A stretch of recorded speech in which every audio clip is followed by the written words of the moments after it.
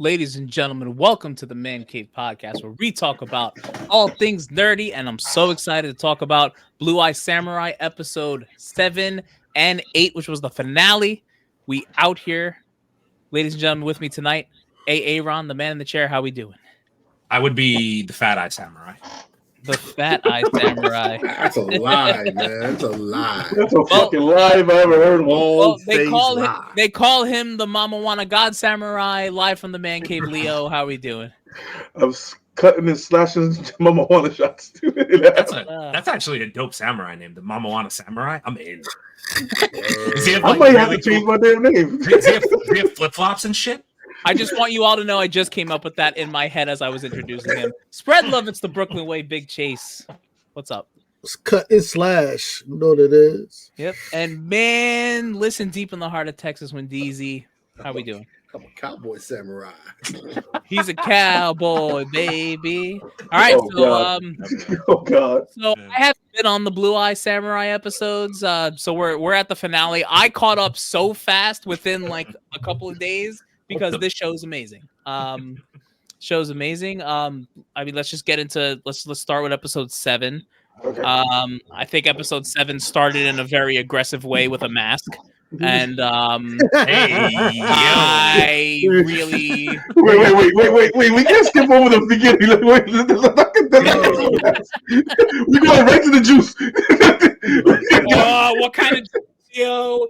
Hey, yo, All right, so first it starts with Mizu going back from the battle with the 1,000 what is it called, the 1,000 blades? Huh? God damn it. They gonna tear y'all asses up again. Yeah, we're gonna get torn up again for this shit. No. All right, she's coming back from the battle and she goes back to the master swordsman's hut, and she's already injured, and of course Ringo, Thousand Claw Army. the 1,000 Claw Army. She's coming back from there. Ringo has her and Taigen with them all fucked up. So he's dragging them. He's useful, and he's pissed off at Mizu. And then we jump to everybody's favorite scene. I don't know about all that. AG and Fowler, his first time out of the castle, physically out of his own castle. He comes out of the castle and he tells AG, "Hey, I hope you provided entertainment on this long road trip to Hondo's." They're basically going to the Shogun's castle. So they're going to the Shogun's castle. So he said hope you provided entertainment, and literally through the whole it is whole house at the whole house. Yo, listen. No, stop. That's the first time he came out of his hassle, and someone was definitely invading him. Yo, That's the understatement of the evening. And we also got the squid too in this, by the way. Yes, we did. We got a little brief moment of the squid. It's very, very, very the boys on us. Yes, they were very the boys on us in that scene. But yeah, so Is episode 7 where Akemi gets her teeth blackened? No, right? that was Yes. the episode. That was the episode before her teeth was already blackened. Oh, they were yeah. But this is the episode. Like, if I'm not mistaken, this is the episode where you find out her father turned, right? yes, her father. Yeah, that's what it was. We also have in this episode her being officially brought into the Shogun, and she's back, and her teeth get blackened because she's getting married to the Shogun's son. Brother. Son. Yeah. Right. He has two. The Shogun has two sons. One has a stutter. She's getting married to the one with the stutter. Yep. And she took that stutter right the hell out of him. Yes, she did. Akemi knew what to do. I was like, all right, then go ahead, you. Like we said, this show is not for kids. But that's because Madam Kaji said, like, listen, like, you need to own this situation. Like, I don't know what you're doing, but we F the shit out of all these men. You only have one to deal with. You need to figure that out. No, Like, Madam Kaji, when they showed up to the city when the marriage is supposed to happen, one of the girls said, "We've been fucking for 7 provinces straight, day and night, just to show tribute to the Shogun." And they're just like, you only have to deal with one. You only have to deal with one, and it's clean. That's what she said. So, and then Madam Kaji just tells her, like, he's a man. It's easy to control him. You know what he wants. Yep. He hasn't had it like that. So all you got to do is one thing. Mm-hmm. Yo, on him, girl. And she fucking did, boy. But yo, her mother-in-law is a motherfucker, boy. Bird. Look, man. She made her eat fucking a bird, her pet bird. She cooked up a pet bird of a fox brain. Fucking, I was like, what the fuck are you? Oh, this is for fertility. Oh, this is for you to have great wisdom. And I was like, you evil, wicked bitch. I was like, what the fuck? And then we also get when we go back to Mizu, Blue Eye. So we go back to her and she's trying to convince the Swordmaster to fix her broken blade. Mm-hmm.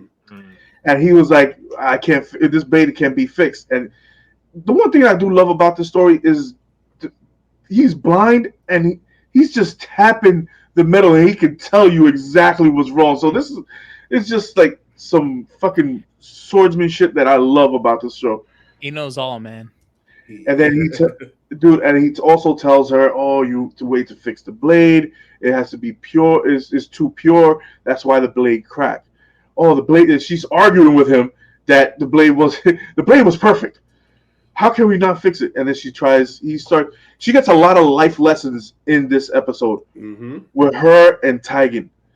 And then also Taigen also finds out that she's the one that let her go to the Shogun. Mm-hmm. Oh shit! That's right. So I forgot about that. And Taigen loses it on her ass too. Yeah. But Taigen said he's gonna go get her, and then I'm gonna come back here and kill you. Yep. Like, damn, bro. And also, like with Mizu, the amount of times she just tries to tell everyone, like, "Hey, I'm a chick." Like in this episode, even like and throughout the series, like it's just like, "Hey, by the way, like I think you guys should know." Like, and then she just gets completely cut off. No, but but the only problem she didn't tell Taigen. Because I know. When Taigen started wrestling, they got that look. He got McLovin. He was like McLovin. Oh, I got a boner. Dude, she hopped off of his ass so quick, and he was like, "I'm so sorry. I was thinking about." I miss Kemi, whatever her name is. Yeah. I was thinking about Kemi. I'm so sorry. No, you can tell he was really thinking about her later. Yeah, he was. He started thinking about it. He was really thinking about it later. Oh man! But then we get the whole scene of AG Shogun trying to find out where the guns are coming to. So you get that play of him trying to find out from Fowler, and Fowler keeps fucking with him. Oh, they're coming in on a ship. Then AG Shogun sends out a fucking letter. And they raid every ship that's close by to see if it's on there. And then, yep. And then the scene after that, Fowler and him, Fowler goes to AG Shogun's tent and he has a letter that they can't find none of the guns on the ship. And AG Shogun has his girl with him, and she's just rubbing his. She's just rubbing his ass down like no business, and kissing him on the neck. And Fowler comes in. He was like, "Hey, listen, let's go test out the guns." Yep. And he just starts pulling out, destroying a piano, takes the leg off the piano, twists the thing off the candle, takes the thing off the light, like. Dude, and this is where you get Fowler's backstory with his sister.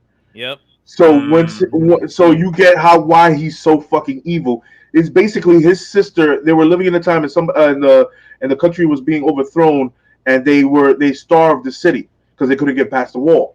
So the people started eating this. He said, "Well, we first started with rats, and then once people started dying, they started eating each other.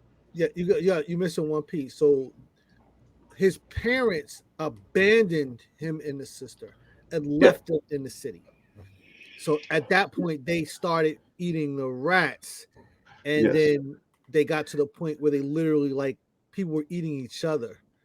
Yeah, so he was also feeding his sister his blood to keep her alive for 2 weeks. And then once his sister passed away, he cut out her liver and ate it. Nuts. And he waited another 2 weeks for that way and buried her in the secret grave. That way nobody would eat her.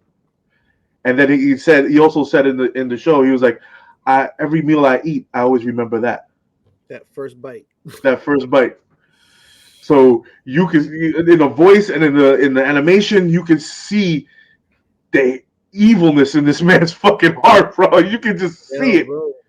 Listen, one thing we always got to remember is that these things that happen to you in life change you, and you don't change you. That would change the fuck out of most people, bro. That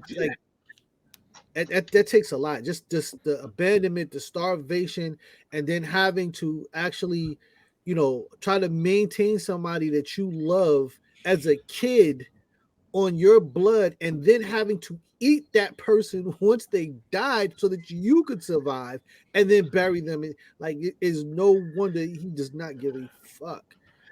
And then we get after he explains all that, he says, okay, so he's building the gun and whatever in that whole scene, and he says, okay, we got target practice. AG Shogun comes out. He's standing next to him. He pops one right in. He was like, take your best shot. He gives the guy far away with the arrow. He flings the arrow, ends up short. My turn. He picks up the gun. Pow!